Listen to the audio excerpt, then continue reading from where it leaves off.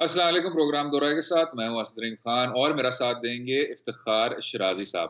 بات کئی امور پر کریں گے لیکن سب سے پہلے جو اس حکومت کے اتحادی ہیں کیا ان کی ناراضگی میں اضافہ دیکھنے کو مل رہا ہے؟ ہمارے ساتھ ہیں پاکستان تحریک انصاف کی رہنما مسرت چیمہ صاحبہ اور پاکستان مسلم لیگ نواز سے ان کا تعلق ہے سینیٹر ڈاکٹر مصدق ملک صاحب. بہت بہت شکریہ شو میں شامل ہونے کا، اپنا قیمتی وقت دینے کا. مسرت صاحبہ اگر آپ سے آغاز کریں، جو بلوچستان نیشنل پارٹی مینگل کے سربراہ ہیں انہوں نے کہا کہ کیونکہ ہم حکومت وقت کا حصہ رہے نہیں تو عمران خان صاحب نے جو ان کو انوائٹ بھی کیا ہے، پی ایم ہاؤس ڈنر ہے، تمام کولیشن پارٹنرز بھی ادھر شامل ہیں یا ان کو انوائٹ تو کیا گیا، تو مینگل صاحب نے کہا کیونکہ ہم حصہ ہی نہیں رہے تو ہم کیوں جائیں. ساتھ میں مسلم لیگ کاف نے بھی اس چیز کو ریگریٹ کر دیا ہے. تو جو مخلوط حکومت ہے مسرت صاحبہ، اس میں کیا دراڑ پڑ رہے ہیں؟ ابھی لاہ عمل کیا طے کریں گے وزیر اعظم صاحب اس حوالے سے؟ بسم اللہ الرحمن الرحیم. بہت شکریہ. بیسکلی اس میں دو تین چیزیں ہیں، جو دو تین پہلو ہیں. ایک تو یہ کہ ڈیموکریسی کی خوبصورتی یہ ہے کہ even with in the party کہ آپ سیم پارٹی سے ہوتے ہوئے بھی ڈفرینس آف اوپینین بھی رہتی ہے. گاہے بگاہے لوگ اپنے کنسرنز بھی شو بھی کرتے ہیں اور وہ کنسرن ایڈریس بھی ہوتے ہیں.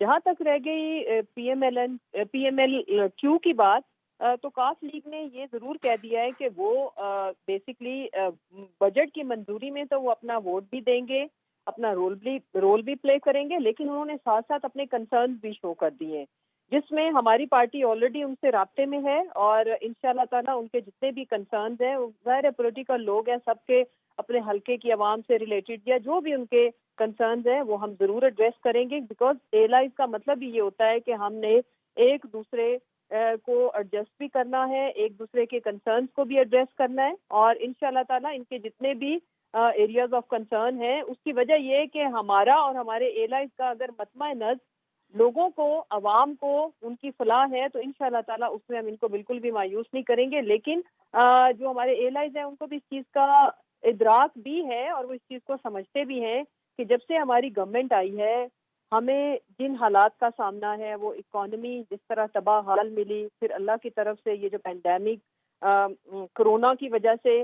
اور ابھی جس طرح سے ہماری آنریبل اپوزیشن پالیٹکس کرنے کی کوشش کر رہی ہے، بھائی یہ والا جو بجٹ ہے، یہ جو عام حالات میں ماضی میں جتنے بھی بجٹ گزرے ہیں ان سے اس لیے مختلف ہے کہ ہم عوام کے اوپر بوجھ نہیں ڈالنا چاہتے. آلموسٹ یہ ٹیکس فری ہے. اگر ہم پنجاب میں دیکھیں تو 20 سے زائد ایریاز ہیں جن کو ہم نے ٹیکس فری رکھا ہے. وجہ یہ ہے کہ آپ کو پتہ ہے کہ ٹیکس کلیکشن ریونیو جنریٹ نہیں ہو رہا، تو ہم اور اس کے بعد عوام بھی اور چھوٹے بڑے جو بزنس مین ہیں وہ بھی دے آر لائک اپنے جو ٹفسٹ اگر میں ٹائم کہوں تو اس سے گزر رہے ہیں. خیر وہ تو پوری دنیا ہی اس سے گزر رہی ہے. تو اس وقت ہمیں اپنی عوام کو، چاہے اپوزیشن ہو چاہے گورنمنٹ ہو، دونوں کو سالیڈیرٹی شو کرنی ہے. اس کی وجہ یہ ہے کہ اپوزیشن اس لیے اپوزیشن ہے کہ ان کے پاس گورنمنٹ کے بعد مینڈیٹ ہے، اور اگر میں یہ کہوں کہ سب سے بڑا آئینی عہدہ after prime minister opposition leader ہے، تو وہ بھی غلط نہیں ہوگا. لیکن اس طرح کی کھوکھلی سیاست کرنا اور اس طرح کے کھوکھلے نعرے لگانا، ابھی جو آپ نے پریس کانفرنس دیکھی کہ اس میں بھائی جو اس ملک میں اگر ہم کورونا کو ایک دفعہ مائنس بھی کریں تو جو کرائسس ہے وہ تو انہی کے پیدا کردہ ہے، یہی چھوڑ کے گئے ہیں، اور ان کو حل کرتے ہوئے ہمیں جس طرح سے جن مشکلات کا سامنا ہے وہ عوام سے یا میڈیا سے ڈھکا چھپا نہیں ہے. کیونکہ میں کئی نکات شامل کرنا چاہ رہا ہوں. جی شرازی صاحب آپ کا بھی اگر سوال بھی شامل کر لیں آپ. جی میں ڈاکٹر مصدق صاحب بڑی ان کی مالی خیز مسکراہٹ ہے، میں انہیں کی طرف یہ معاملہ لے کے چلوں گا. انفیکٹ جیسے مسرت صاحبہ بھی فرما رہی ہیں کہ یقینی طور پہ حکومت قومی مفاد میں، عوام کے مفاد میں بہت کچھ کرنا چاہتی ہے، اتحادیوں کو یہ بات سمجھنی چاہیے. تو ڈاکٹر صاحب کیا لگتا ہے انفیکٹ ابھی اٹس ٹو ارلی کہ اگر ان کے مطالبات پورے نہیں ہوئے اور اس کو لے کے مینگل صاحب نے بھی راہیں جدا کر لی ہے، کاف لیگ بھی کھچی نظر آ رہی ہے، تو یہ سارا وہ عوامی مفاد میں ایسا کچھ اپنے رویے کا اظہار کر رہے ہیں یا اگین کوئی پولیٹیکل ایڈوانٹیج جو ہے وہ کہیں نہ کہیں ان کو چاہیے اور اس کے لیے تھوڑا سا اپنے بڑے اتحادی کو ٹف ٹائم دیا جا رہا ہے؟ آپ کو کیا لگتا ہے؟ دیکھیے بات یہ ہے کہ جمہوریت کا کیونکہ یہ حسن ہے اور جمہوریت ہمارے ہاں بہت حسین ہے، تو اس کی اسیر ہو چکی ہے حکومت، اور اسیر ہو کے اب اس کی لٹیا ڈوب رہی ہے. تو جب کسی کی لٹیا ڈوب رہی ہوتی ہے جب وہ حسن کی چاقو چوند جو ہوتی ہے اس کو نہیں سامنا کر سکتا، تو پھر ہوتا یہ ہے کہ جو بھی اتحادی ہوتے ہیں وہ دیکھتے ہیں کہ یہ کیچڑ جو اب اچھلے گا سیاسی طور پہ، یعنی سیاسی کیچڑ کا کیا مطلب ہے کہ جو حکومت کی پالیسیز ہیں ان کے نتائج جس طرح عوام کی زندگی کے اندر وہ آ رہے ہیں، مہنگائی کی شکل میں، یا ترقی کی شرح گھٹنے کی شکل میں، یا ترقیاتی منصوبہ جات بند ہونے کی شکل میں، یا پٹرول کی قیمت بڑھنے کی شکل میں، یا چینی کی قیمت بڑھنے کی شکل میں، یا آٹے کی قیمت بڑھنے کی شکل میں، یا ادویہ کی قیمت بڑھنے کی شکل میں، یا ہسپتالوں میں جگہ نہ ہونے کی شکل میں. تو یہ تمام چیزیں جو لوگوں کی راہ میں حائل ہو رہی ہیں، آپ خود ہی سوچئے کہ کوئی ایسا شخص جو ووٹ لے کر آیا ہو، جسے واپس کانسٹیٹوئنسی میں اگلے الیکشن میں جانا ہو اور دوبارہ لوگوں سے ووٹ مانگنے ہو، وہ کیوں اپنے آپ کو جدا نہیں کرے گا؟ تو جو آپ کو نظر آ رہا ہے وہ یہ ہے کہ ہر اپوزیشن، ان کی جو اتحادی جماعت ہے، وہ اپنے آپ کو ڈسٹنس کر رہی ہے اس وقت حکومت سے. اگر وہ نہ بھی چھوڑیں، اس وقت ان کو نہ نظر آئے کہ اس وقت حکومت چھوڑنے میں فائدہ ہے، مگر وہ اپنے آپ کو علیحدہ کرتے چلے جائیں گے. اور یہ صرف آپ کو اتحادی جماعتوں میں نہیں نظر آئے گا، میرے خیال میں آپ کو جماعت کے اندر بھی یہ بات نظر آ رہی ہے. اگر آپ فواد چودھری صاحب کا بیان دیکھیں تو وہ کیا کہہ رہے ہیں؟ وہ اپنے آپ کو حکومت سے علیحدہ کر رہے ہیں. وہ کہہ رہے ہیں کہ نہیں یہ ٹھیک ہے ساری باتیں، لیکن جب میں جہلم جاتا ہوں تو لوگ میرا گریبان پکڑتے ہیں کہ تم وفاقی وزیر ہو، 2 سال ہو گئے ہیں، ایک ڈھیلے کا یہاں پہ کام نہیں ہوا، ڈیولپمنٹل فنڈ نہیں ہے، ڈیولپمنٹل کوئی اسکیم نہیں ہے، اسکول کوئی بن نہیں رہے، کلینک کوئی بن نہیں رہے. تو وہ سیاسی آدمی ہیں، وہ اپنے آپ کو علیحدہ کر رہے ہیں. آپ راجہ ریاض صاحب کو دیکھ لیں، وہ بھی یہ بات کر رہے ہیں. لیکن چلیں ان سب کو چھوڑ دیں، آپ ذرا فیصل واوڈا صاحب کی بات سنیں. یعنی پارٹی کے اندر بھی لوگ کنونس ہو گئے ہیں کہ یہ اب ڈوبی کہ جب ڈوبی. اور اس وجہ سے وہ جو انہوں نے ڈیپٹی پرائم منسٹر والی بات کی اور اندیہ دیا کہ شاہ محمود قریشی صاحب یا اسد عمر صاحب اپنے آپ کو پرائم منسٹر کی پوزیشن کے لیے جاک اراؤنڈ کر رہے ہیں، اس کا کیا مقصد تھا؟ اس کا مقصد یہی تھا کہ سیاسی طور پہ یہ حکومت فیل ہو چکی ہے. جو جس کو آپ وسیع تر مفاد کہتے ہیں لوگوں کا، اس میں کیونکہ لوگ اب برباد ہو چکے ہیں اور بالکل عشق میں جمہوریت کے مبتلا ہو کے وہ اپنا وہ گریبان چاک سڑکوں پہ بس نکلنے والے ہیں. تو پھر اس وجہ سے آپ کو پارٹی کے اندر بھی انتشار نظر آ رہا ہے. آپ کو جو جن پارٹیز نے الحاق کیا تھا وہ بھی اپنے آپ کو ڈسٹنٹ، اور کون لوگ ہیں جو اپنے آپ کو ڈسٹنٹ نہیں کر رہے اس حکومت سے؟ وہ لوگ ہیں جو ٹیکنوکریٹ ہیں، جن پہ کوئی ووٹ کا بوجھ نہیں ہے. وہ لوگ جو ابھی آئی ایم ایف سے کے ملازم تھے، اب یہاں حکومت پاکستان میں ہیں، کل ایشین ڈیولپمنٹ بینک میں چلے جائیں گے، پھر کہیں اسٹیٹ بینک میں چلے جائیں گے. وہ لوگ پوری طرح سے اس جمہوریت کے عشق میں مبتلا ہیں اور انہیں ابھی بھی یہ بہت حسین دکھ رہی ہے اور وہ ابھی بھی یہ سمجھ رہے ہیں کہ یہ ایسے ہی چلے گا.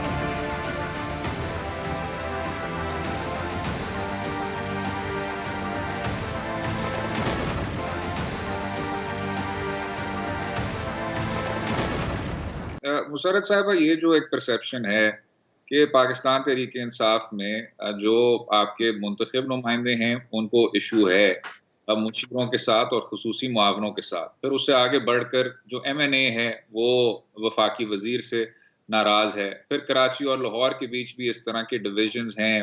کیا یہ کچھ آپ کو دیکھنے کو مل رہا ہے؟ اور پھر اس سے آگے بڑھ کر ذرا بجٹ پر آئیں گے. جی مسرت صاحبہ. جی دیکھیں، ابھی میرے بھائی بڑے قابل احترام ہیں، وہ فرما رہے تھے کہ ایگزیکٹلی جمہوریت، پورے جمہوری جتنے بھی معاشرے ہیں جہاں جہاں ڈیموکریسی ہے وہاں پہ جمہوریت واقعی حسین تھی اور ہے. لیکن انفارچونیٹلی میرے ملک میں جتنی بھی ماضی میں جمہوریت زدہ حکومتیں گزری ہیں وہ کوئی زیادہ ان کا چہرہ مسخ اور بدصورت انہی حکمرانوں نے کیا جنہوں نے مصدق صاحب جیسے بھی لوگ پی ایم ایل این میں ہیں اور بڑے بڑے سینئر لوگ موجود ہوں، تو جہاں پہ مریم اور حمزہ کے علاوہ کوئی اور نظر نہیں آتا. پھر اس کے بعد اگر ہم پیپلز پارٹی کی بات کریں، یہ جمہوریت کا حسن نہیں ہے، یہ ڈیموکریسی نہیں ہے. جو پریکٹسز یہاں پہ ہوتی رہی اسی کا پیش خیمہ ہم ابھی سہ رہے ہیں اور برداشت کر رہے ہیں، اور انشاءاللہ ہم اس کو فیس کریں گے. اور ہم جو جمہوریت، ریئل جمہوریت ہے، وہ ہم عوام کو اس کی پریکٹسز بھی کروائیں گے. اور جب اس جمہوریت کا لوگوں نے کو انجوائے کر لیا تو پھر انشاءاللہ تعالیٰ ان کا کوئی وہ ان کے لیے کوئی رستہ نہیں بچے گا. مثلا کہ ایک پرچی پہ کسی کا چیئرمین بن جانا، یہ تو ڈیموکریسی نہیں ہے، یہ بالکل بھی، یہ تو مسخ شدہ بدصورت ڈیموکریسی ہے جو کہ اس ملک کے لوگوں نے، اور پھر اس جمہوریت کی آڑ میں لوگوں نے سیاست کو فیملی بزنسز کے طور پر یوز کیا. ذاتی کاروبار فلرش ہوئے، ذاتی ایئر لائن بڑھتی گئیں اور اس ملک میں ایک ایک ادارے، میں کتنوں کا نام لوں، وہ تباہ حال ہوئے، اور جس کی وجہ سے آج ہمارے اوپر بھی کیچڑ اچھالا جا رہا ہے. ہم ہر چیز کو فیس کریں گے. اس کی وجہ یہ کہ ہمارے پاس مینڈیٹ اسی چیز کا ہے کہ ہم نے مافیاز پہ ہاتھ ڈالنا ہے، ہم نے کرپشن ٹرانسپیرنٹ معاشرہ دینا ہے، کرپشن فری سوسائٹی دینی ہے جس میں گورنمنٹ کی سائڈ بھی ہوتی ہے اور معاشرہ بھی ہوتا ہے. اس میں ہمیں بہت زیادہ مشکلات کا سامنا ہے، اس میں کوئی دوسری رائے نہیں ہے. اور پھر جو اس سسٹم کے بینیفیشری رہے ہیں، ایسا نہیں ہے کہ وہ ہماری صفوں میں نہیں ہے، ہوں گے تو ظاہر ہے وہ بھی اپنا اپنا پوائنٹ آف ویو، اپنا اپنا کنسرن، بیکاز یہ تو کسی ایک کی بقا کی جنگ ہے. یا تو اس ملک میں کرپشن فری معاشرہ اور ہم جو دعوے کر کے آئیں یا ہم بچیں گے یا مافیا بچے گی، کسی ایک نے تو جانا ہے. تو یہ عوام اور یہ اس ملک کے انشاءاللہ تعالیٰ جو مینڈیٹ ہم لے کے آئیں گے، یہ مسرت صاحبہ چینی اسکینڈل میں تو اب لوگ ثابت بھی ہو گئے ہیں کہ عمران خان صاحب کے دست راست جہانگیر ترین صاحب اربوں روپے کا عوام کو ٹیکہ لگا کے تو لندن میں جا کے بیٹھے ہیں. اب اعتراض تو یہ آ رہا ہے کہ وہ عمران خان جب اقتدار میں کیبنٹ کے پہلے اجلاس کے اندر شریف خاندان کے سب لوگوں کا نام ایشیل میں ڈالا گیا اور اس کمیشن کی رپورٹ کے سامنے ان کو سیف ایگزٹ دیا گیا ہے، تو پھر کرپشن کا جو نیریٹو آپ لے کے چل رہے ہیں اس کے اندر بھی ہمیں ڈوئل سینٹرز نظر آ رہے ہیں.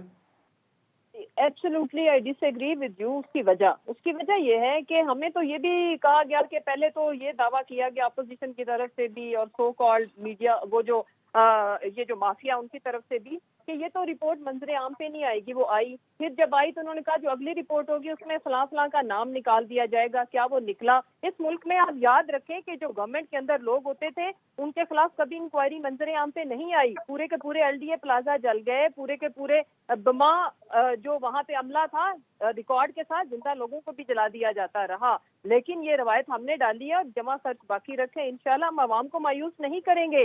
جن جن کے نام ہے اگر وہ گئے بھی چلے بھی گئے ہیں تو واپس بلانا حکومتوں کے لیے کوئی مشکل مرحلہ نہیں ہوتا. تو اس لیے ہمارا کراس دا بورڈ اکاؤنٹیبلٹی کا جو پروسیس ہے اور ہم نے مافیا پہ ہاتھ ڈالنا ہے، اور سہولت کار تو ان کے آج سسٹم میں موجود ہے، کیونکہ جتنے بھی ماضی میں یہ جو حسین و جمیل ڈیموکریسیز ماضی میں گزری ہیں اس کا جو سہولت کار تھے وہ آپ کا یہاں پہ بیوروکریسی کے اندر بھی بیٹھے ہیں اور ہر جگہ ہر ادارے میں بیٹھے ہیں.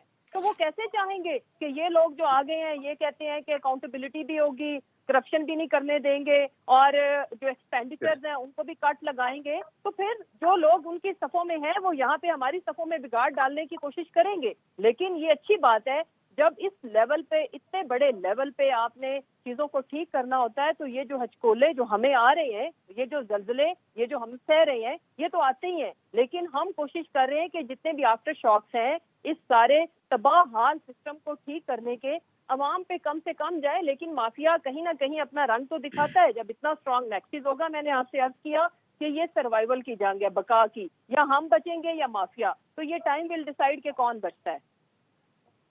ٹھیک، اسی پہ ہی مصدق صاحب اگر ہم اس چیز کو آگے بڑھائیں، آپ نے بھی بات کی جمہوریت کے حسن کی، تو اس کے بعد پاکستان تحریک انصاف کے چاہنے والے اکثر تنقید کرتے ہیں کہ مسلم لیگ نواز اور وہ پاکستان پیپلز پارٹی کی جو سب سے اعلیٰ سطح ہے اس کو خاندانی بادشاہت میں تبدیل کر دیا گیا ہے، اور شاید انٹرنلی آپ کو انٹرنل انتخابات کرانے ہوں گے اور شریف سر نیم سے یا بھٹو سر نیم سے آگے بڑھنا ہوگا.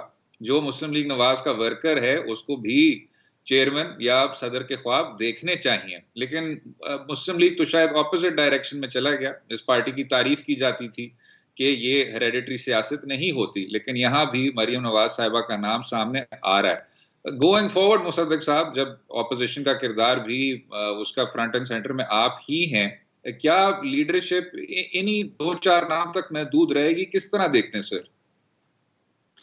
دیکھیں، ہماری خواہش تو یہ کہ آپ تشریف لائیں، ہماری پارٹی جوائن کریں اور لوگوں کے دلوں میں گھر کر جائیں. لیکن اگر آپ یہ صحافت کرتے رہے تو پھر تو آپ لوگوں کے دلوں میں گھر نہیں کر پائیں گے. دیکھیے، بات یہ ہے کہ سیاست جو ہے وہ تو لوگوں کی امیجنیشن میں آنے کا نام ہے. چاہے وہ کینیڈیز ہوں اور چاہے وہ انفرادی طور پہ براک اوباما صاحب ہوں، چاہے وہ کوئی یتیم کا بچہ ہو، یتیم ہو، اور یا چاہے کسی دھاگے کی فیکٹری میں کام کرنے والے کا بچہ ہو جو چلا جائے کوئی اسکالرشپ لے کے آکسفورڈ یا کیمبرج. تو یہ تو ایونچولی آپ پہ مقرر ہے کہ آپ لوگوں امیجنیشن میں آ سکتے ہیں یا نہیں. اگر آپ آ سکتے ہیں اور اگر آپ نہیں آتے, بہت سے پروفیسر ہیں جو بہت لائق ہوتے ہیں, بہت سے لوگ ہیں جو بہت پڑھے لکھے ہوتے ہیں, شاعر ہوتے ہیں, اہل قلم ہوتے ہیں, اہل دانش ہوتے ہیں, اہل خرد ہوتے ہیں, لیکن اصل کھیل جمہوریت میں تو یہ ہے جس کا لیٹن اوریجن ہے لا آف دا موب, یعنی آپ نے کتاب لکھتے ہیں تو آپ لکھاری بن جاتے ہیں, لیکن اگر آپ نے اگر سیاست کرنی ہے, آپ نے لیڈر بننا ہے, تو آپ کو لوگوں کی امیجنیشن میں آنا ہوگا. اب اگر میں آپ کی بات مان لوں تو پھر آپ کو کوئی ایسا قانون بنانا پڑے گا جس میں آپ لکھیں گے یا تو نام سے مریم نواز کے کہ وہ نہیں آ سکتی سیاست میں, اور یا پھر آپ کو یہ لکھنا ہوگا کہ کوئی بھی شخص جس کے والدین میں سے کوئی بھی سیاست میں کبھی بھی رہا ہو, وہ پاکستان میں سیاست کرنے کا اہل نہیں. اور اگر آپ نے دونوں لکھ دیے تو پھر تو یہ مقدمہ آپ کو عوام پہ ہی چھوڑنا پڑے گا. یہ مقدمہ پھر اس طرح کی تفریق ڈالنے سے کہ یہ ہیریڈیٹری ہو گئی, بھئی ہیریڈیٹری تو بل کلنٹن کی جو بیگم صاحبہ تھیں وہ پہلے سینیٹر بنی, اس کے پہلے وہ فرسٹ لیڈی تھیں, پھر وہ سینیٹر بنی, اس کے بعد انہوں نے 2 مرتبہ انتخاب لڑے, سیکرٹری آف اسٹیٹ رہیں, پریزیڈنٹ بننے کے لیے انہوں نے مقدمہ پیش کیا عوام کے سامنے, عوام نے باقی سب چیزیں مان لی, وہ مسترد کر دیا. یہ بالکل اسی طرح ہے جو اگر جی آپ کچھ کہنا چاہ رہے ہیں, ورنہ میں تو ابھی آپ کو بڑی اور پاکستانی ایگزامپلس دینا چاہ رہا تھا, لیکن اب آپ کو ضرور کوئی اہم بات ہو. بالکل درست فرما رہے ہیں آپ, لیکن اگر میں مختصر سا سوال ساتھ میں شامل کرتے جاؤں پھر وقفے پہ جائیں گے. اگر آپ کی بات ماننے سے تو امیجنیشن میں بھی آدمی آتا ہے مستقل پروجیکشن کے بعد.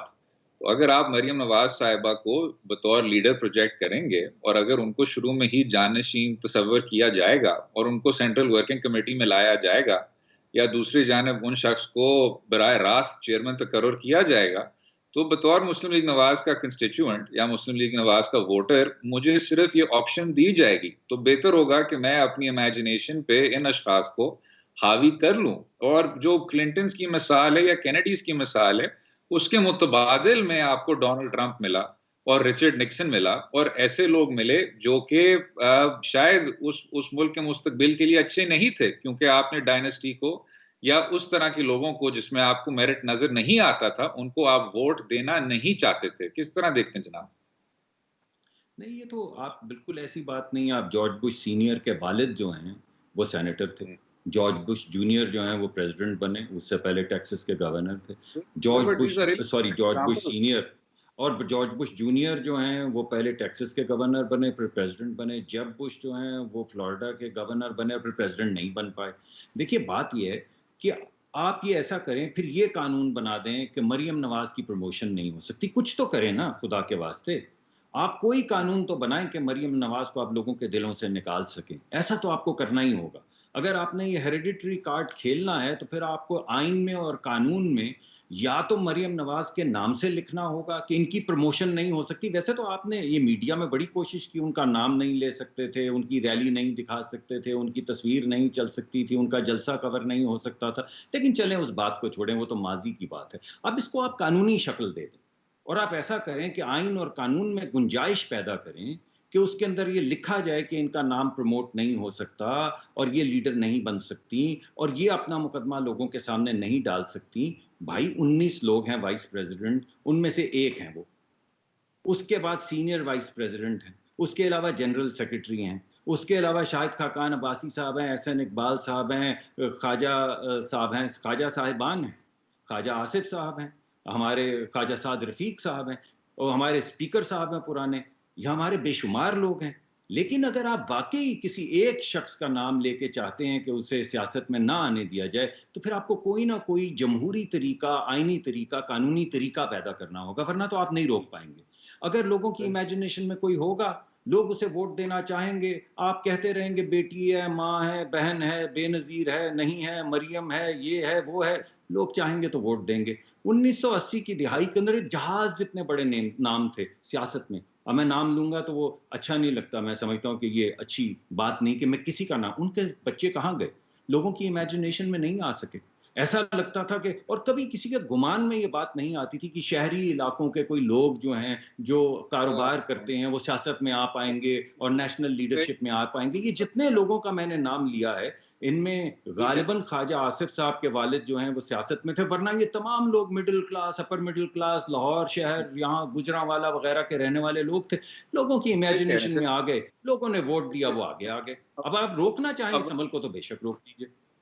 ویسے اول تو سر وہ بھی ایک مخصوص ضیاء الحق صاحب کا ایک منصوبہ تھا جس میں ایک نیا طبقہ سامنے آیا تھا، اور ساتھ میں تو اس پہ پابندی لگا دیتے ہیں نا. میں تو آپ کے ساتھ ہوں. میں تو کہہ رہا ہوں کہ آپ ناموں کی ایک لسٹ دیجئے اور ہم سینٹ میں لے کے جاتے ہیں کہ ان اشخاص کے اوپر ان وجوہات کی بنا پہ کسی پہ اس وجہ سے کہ with great humility سینیٹر صاحب، میں وہی کہنا چاہ رہا ہوں کہ آپ کو قانون کی ضرورت ہے نہیں، آپ صرف 2 آزاد اور یہ نام ختم ہو جائیں گے بیچ میں سے. خیر، اسی پر وقفہ لیتے ہیں، وقفے کے بعد گفتگو جاری رہے گی. Stay with us.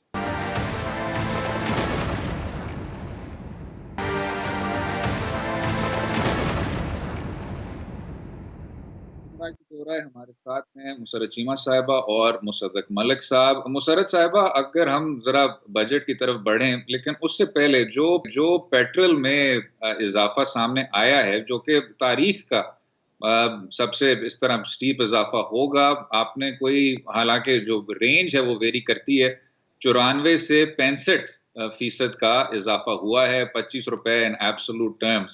اور وہی عمران خان صاحب ہیں جو کئی بار کہتے تھے کہ پچھلی جو حکومت رہ چکی ہے انہوں نے عوام پہ پیٹرول بام گرایا، اور یہ کتنا زیادہ نامناسب ہے عام عوام کے لیے. اس میں کئی لوگ بھی کہہ رہے ہیں کہ جی مفادات کا ٹکراؤ ہے.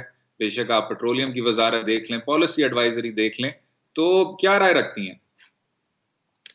دیکھیں، میں تھوڑی سی پہلے مصدق بھائی جو پہلے بات کر رہے تھے، میں صرف 2-3 فکریں اس میں ضرور بولوں گی کہ دیکھیں امیجنیشن میں یہ کس کتاب میں لکھا ہے ڈیموکریسی کے اندر کہ صرف کوئی حمزہ، کوئی مریم، کوئی بلاول ہی آئے گا. بیسکلی بالکل پالیٹکس میں رائٹ ہے اولادوں کو آنے کا، فیملی کو آنے کا، لیکن کیا کنٹریبیوشن، کیا میرٹ کا سینیورٹی اور سیکریفائسز، ان کی کوئی جگہ نہیں ہے. ڈیموکریسی یہ نہیں تھی جو اس ملک میں مسلط کی گئی، لیکن انشاءاللہ تعالیٰ with the passage of time انشاءاللہ یہ چیزیں چینج ہوں گی، اور پھر مصدق صاحب جیسے لوگ بھی لوگوں کی امیجنیشن میں آئیں گے کہ لیڈرشپ کے طور پر ان کو بھی آنا چاہیے، اور یہ ڈیپینڈ کرنا چاہیے سیکریفائسز پہ، کنٹریبیوشن پہ، اور آپ کی لینتھ کتنی تھی اس پارٹی کے لیے سروسز کی. چلیں جی، اس کو یہیں پہ کلوز کرتے ہیں. اب آپ نے بات کی پیٹرول کی. دیکھیں پیٹرول کی جو پرائس ہے، یہ پاکستان ایسا ملک نہیں ہے جہاں پہ ہم پیٹرولیم مصنوعات پیدا کرتے ہیں. ہم نے باہر سے منگوانی ہوتی ہے، اور یہ ڈیپینڈ کرے گی اس کا اتار چڑھاؤ، اس کی پرائس نیچے آنا بھی. جب مارکیٹ جو ورلڈ مارکیٹ ہے اس کے اندر عالمی منڈی میں جب اس کی قیمت کم ہوگی، یہاں بھی کم ہوگی. اگر بڑھے گی تو یہاں بھی ہمیں بڑھانی پڑے گی. اگر ہم ماضی کی بات کریں تو میں آپ کو عرض کروں کہ جو پی ایم ایل این کی گورنمنٹ تھی 2014 میں کوئی 80 روپے یا 74 روپے سے 118 روپے کے تقریباً لگ بھگ کی گئی تھی. جہاں تک رہ گی بات ایشیا میں، جنوبی ایشیا کی اگر میں بات کروں تو ابھی بھی ہماری جو پرائس ہے وہ انڈیا، بنگلہ دیش، سری لنکا سب سے کم ہے. اور اگر 112% اگر اس کا بڑھی ہے یہ، تو اگر پاکستان کے اندر پیٹرولیم کی مصنوعات نہیں ہے تو لا محالہ یہاں پہ بھی بڑھنی ہے. اس لیے اس ایشو کو اس طرح کا ایشو بنانا کہ جی پرائس کیوں بڑھی ہے، تو وہ میں نے آپ کو گورنمنٹ نے ٹیکس 18 روپے لگائے تھے پر لیٹر، تو آپ نے کہا تھا کہ عوام کے ساتھ بڑا ظلم ہوا ہے. اس وقت 1 لیٹر کے اوپر 30 روپے ٹیکس آپ کی گورنمنٹ لے رہی ہے. کم از کم اس چیز کو تو ایڈریس کیا جا سکتا تھا نا. 15 روپے ٹیکس لگاتے، 10 روپے لگاتے، بٹ 30 روپے. یہ تو ملک کی تاریخ میں سب سے ایک انوکھا اقدام آپ لوگوں نے کیا ہے.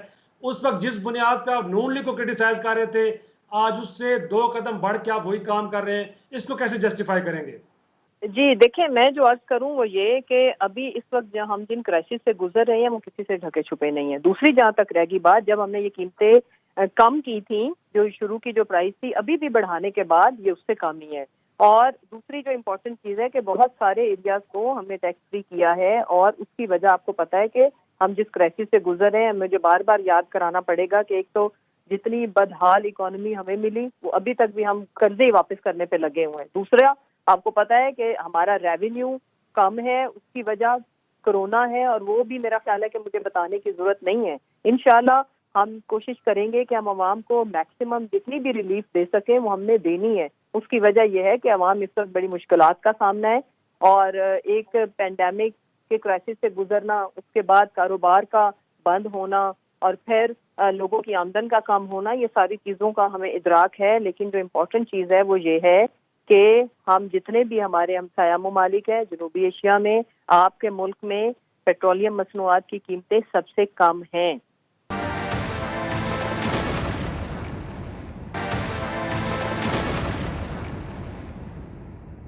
مصدق مصدق صاحب, اصل میں اب مشکل صورتحال میں آپ کو چھوڑ کے تو اب بڑی معنی خیز مسکراہٹ ان کی پھر ہم دیکھ رہے ہیں. لیکن ڈاکٹر صاحب اگر آپ سے بھی آف دا کیمرہ پوچھا جائے نا, جو خاندانی سیاست کی بات ہو رہی تھی, تو اگر آپ کمپیریزن کریں کہ شاید خاقان عباسی صاحب اچھے پرائم منسٹر تھے یا نواز شریف, تو میرے خیال میں آپ کا vote of the camera Khaqan Abbasi کے حق میں ہی ہوگا. تو یقینی طور پہ پارٹی کے اندر باقی لوگوں کو موقع ملے تو وہ بھی بہتر انداز میں پرفارم کر سکتے ہیں. لیکن ساتھ میں سر یہ بتائیے گا, انفیکٹ آپ کو سنیں, نون لیگ کو سنیں یا پیپلز پارٹی کو سنیں, تو اس وقت جو ایک نیریٹو ڈیولپ کیا گیا ہے کہ یہ جو تحریک انصاف کی حکومت ہے پاکستان کے لیے بہت بڑا تھریٹ ہے. لیکن دیکھا جائے عملاً تو دونوں جماعتیں صاف چھپتی بھی نہیں اور سامنے آتی بھی نہیں. آج کی پریس کانفرنس بھی تھی بلاول صاحب کی, خواجہ حافظ صاحب کی, گویا کہ آپ بجٹ کو منظور نہیں ہونے دیں گے. لیکن اگر سر پبلک کو ریسکیو کرنا ہے تو یہ چھوٹے اقدامات آپ کو لگتا ہے کافی ہے؟ الٹیمیٹ گول آپ کا ہے کیا اور آپ کی اسٹریٹجی ہے کیا؟ پہلے بھی آپ کو ڈرائنگ روم سے مولانا فضل الرحمان صاحب نے باہر نکالنے کی کوشش کی تو اس وقت کہا گیا کہ اٹس ٹو ارلی, ابھی تو گورنمنٹ آئی ہے, کچھ وقت دینا چاہیے. اب تو 2 سال گزر گئے صاحب, کس بات کا انتظار ہے؟ اگر آپ کو لگتا ہے کہ ملک خطرے میں ہے, اس کے عوام غربت کے لکیر سے نیچے جا رہے ہیں, تو کب تک سر, کب باہر آئیں گے, کب فیصلہ کریں گے بڑا کہ آپ کیا کرنے جا رہے ہیں؟ اچھا افتخار صاحب, بہت آپ نے سوالات پوچھے ہیں. میں کوشش آتے تو میں بھول گیا ہوں, لیکن کوشش کرتا ہوں جواب دینے کی. مسکراتا تو میں ویسے رہتا ہوں اپنی ٹینشن ڈیفیوز کرنے کے لیے, تو آپ اس کو خواہ کوئی معنی سے تعبیر کر دیتے ہیں کہ معنی خیز مسکراہٹ ہے. وہ تو آپ کی وہ انٹیمیڈیٹ ہوتا ہوں میں, تھوڑا سا گھبراتا ہوں تو میں مسکرانا شروع کر دیتا ہوں. اس پہ بھی آپ معترض ہیں. دیکھیں بات یہ ہے, ایک ایک کر کے چلتے ہیں. آپ مجھ سے تو پوچھ ہی رہے ہیں آف کیمرہ یا آن کیمرہ, آپ شاہد خاقان عباسی سے پوچھ لیجئے.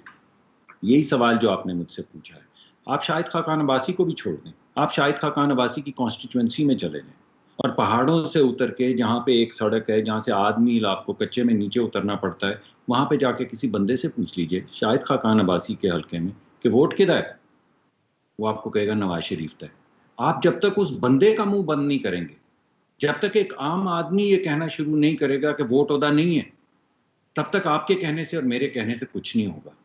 بھٹو صاحب کو پھانسی چڑھا دیا گیا, آج پتہ نہیں کتنے سال ہونے کو ہیں, اور کیا ہم لان تان سارا دن رات نہیں کرتے, لیکن اگر وہ لوگوں کی امیجنیشن میں ہے تو آپ کے اور میرے اور اشرافیہ کے کہنے سے کچھ نہیں ہوگا. جب تک وہ لوگوں کے دلوں میں ہے, جب تک بھٹو زندہ ہے تب تک بھٹو زندہ ہے.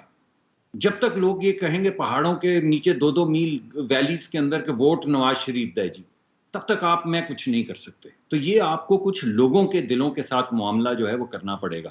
یہ جو میرٹ کی باتیں ہیں, جو لیٹن, میں نے آپ کو بتایا کہ لیٹن اوریجن جو ڈیموکریسی کا ہے وہ ہے لا آف دا موب, لیکن ارسٹوکریسی کا جو ورڈ جو لیٹن اوریجن ہے وہ لا آف دا ایلیٹس ہے, جس کے اندر میرٹ ہوتا ہے, جس کے اندر عوام کی امیجنیشن کی ضرورت نہیں ہوتی, غریب آدمی کے خوابوں کی ضرورت نہیں ہوتی, اس کے اندر ڈگریوں کی ضرورت ہوتی ہے, اس کے اندر میرٹ کی ضرورت ہوتی ہے, اس کے اندر سیکریفائس کی ضرورت ہوتی. تو آپ فیصلہ کر لیں کہ آپ نے لا آف دی ایلیٹس کے ساتھ چلنا ہے کہ آپ نے لا آف دا موب کے ساتھ چلنا ہے, اور اس مناسبت سے جو لوگوں کے دل و دماغ میں آتا ہے اس کو آگے بڑھنے دیں. آپ جتنا روکیں گے آپ اتنا ہی ان کو زندہ کرتے جائیں گے, اتنا ہی وہ دلوں میں گھر کرتے جائیں گے. جب لوگ یہ باتیں سنتے ہیں نا تو وہ کہتے ہیں اے کون ہوندا جی من دسن والا کہ میں انہوں ووٹ دیں یا نہ دیں. تو یہ بات آپ کو ایک دفعہ سمجھنی ہوگی کہ یہ لوگوں کا کھیل ہے, یہ آپ کو لوگوں پہ چھوڑنا ہوگا. یہ تو پہلے بات ہو گئی, ذرا لمبی ہو گئی لیکن اہم بات تھی. اچھا دوسری بات, میں ہماری بہن نے ابھی جو گفتگو کی نا, آپ دیکھیں اگر آپ اس کا خلاصہ لیں اور روز اپنے پروگرامز کے اندر آپ جن کو بھی مرضی اپنی پسند سے بلا لیں, P M P T I کے, وہ یہی بات کریں گے, کہیں گے کہ یہ سارا کچھ 10 سال پہلے جو پیپلز پارٹی نے اور 6 سال پہلے یا 4 سال پہلے یا 3 سال پہلے جو پی ایم ایل این نے کیا ہے یہ اس کی وجہ ہے. اچھا یہ کیا بات ہے, یہ کیا کہہ رہے ہیں؟ یہ بنیادی طور پہ کہہ یہ رہے ہیں کہ ہم ذمہ دار نہیں. ذمہ دار وہ ہیں, دیکھیے ذمہ دار وہ ہوتا ہے جو ووٹ لے کر آیا ہو, جس پہ ووٹ کا بوجھ ہو. جو ووٹ نہ لے کر آیا ہو اس پہ کوئی بوجھ نہیں ہوتا. وہ کہتا ہے میں کس چیز کا ذمہ دار ہوں. ذمہ دار تو وہ ہے پرانا جو ووٹ لے کر آیا تھا.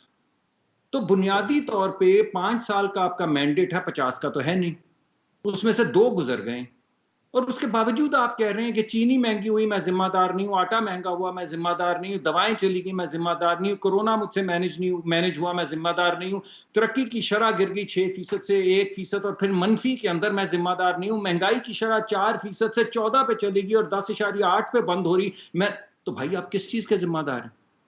اگر آپ سے نہیں چلتا تو خود ہی ہم پہ رحم کریں اور چھوڑ دیں، آپ کر لیں دوبارہ سے الیکشن کال، ذرا اس دفعہ فیئر کروا دیجیے گا، یہ میں آپ سے گزارش کر رہا ہوں افتخار صاحب، آپ ذرا سینئر آدمی ہیں، اگر آپ کوئی ورڈ ڈالیں گے تو ذرا فیئر الیکشن ہو جائے گا، فیئر ہوگا تو جس کو لوگ چاہیں گے وہ ذمہ داری قبول کر کے سامنے آ جائے گا۔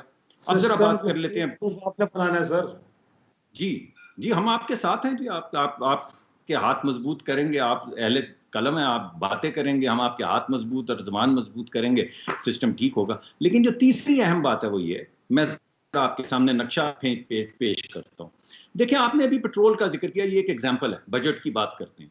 دیکھیے یہ پہلی دفعہ پاکستان کی تاریخ میں ہوا ہے کہ بجٹ منظور ہونے سے پہلے منی بجٹ آ گیا ہے، اس سے پہلے آج تک یہ نہیں ہوا کہ بجٹ ابھی منظور نہ ہوا ہو اور منی بجٹ پہلے آ جائے۔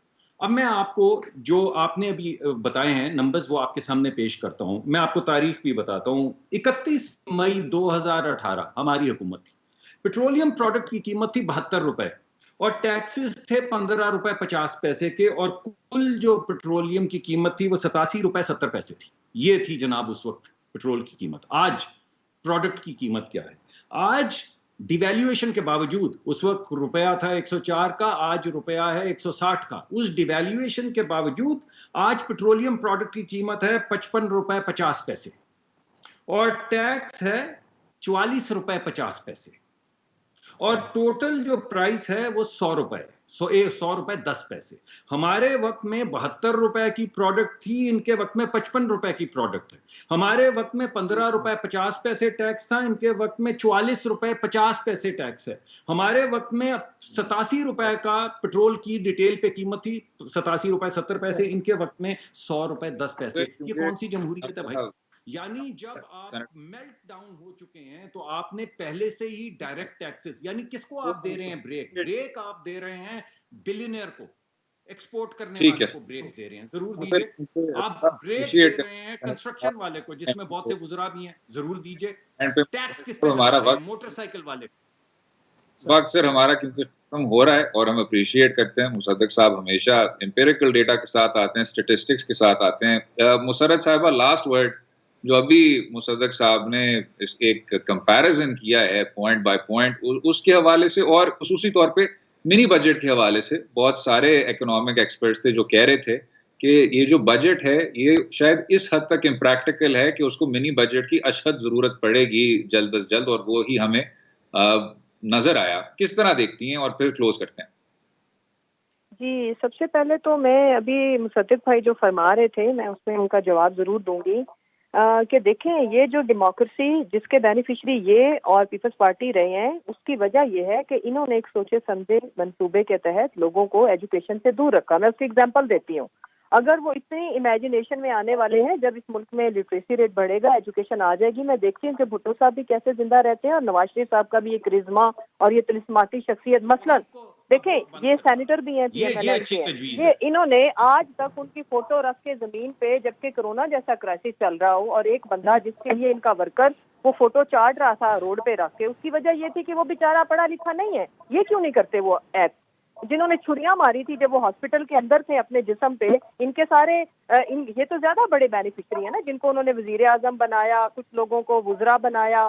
پھر اس کے بعد کہ ایک بندہ، ایک شخص جو لیپ ٹاپ کے آگے اکیلے کمرے میں اپنی ذات کے لیے یہ ایس او پیز وضع کرتا ہے، جو کہ اچھا کیا انہوں نے، کیونکہ وہ کینسر سروائیور تھے اور انہیں لگا کہ وہ اولڈ بھی ہیں، تو انہوں نے ماسک لگا لیا لیپ ٹاپ کے آگے بیٹھ کے اکیلے کمرے میں، اور وہ ورکر جو سڑک کے اوپر ان کی تصویر کو چاٹ رہے تھے۔ اس کا فرق یہ ہے کہ لٹریسی ریٹ بائی پلاننگ اس ملک میں لوگوں کو ہمارا ٹائم بہت کم ہو رہا ہے، تو اگر بجٹ پہ آج مجھے بھی ذرا ایک سیکنڈ اگر آخری جملہ کہنے کی اجازت دے تو اس میں فرق یہ ہے طبقاتی فرق، اور وہ طبقاتی فرق یہ انہوں نے بڑھایا، بائی پلان بڑھایا، جو کہ انشاءاللہ تعالیٰ دیکھیں ہم ہر چیز سے رسپانسیبل ہیں۔ اور میں ایک بات بتاؤں، ہم کسی چیز سے بھی اسکیپ نہیں لیں گے، ہم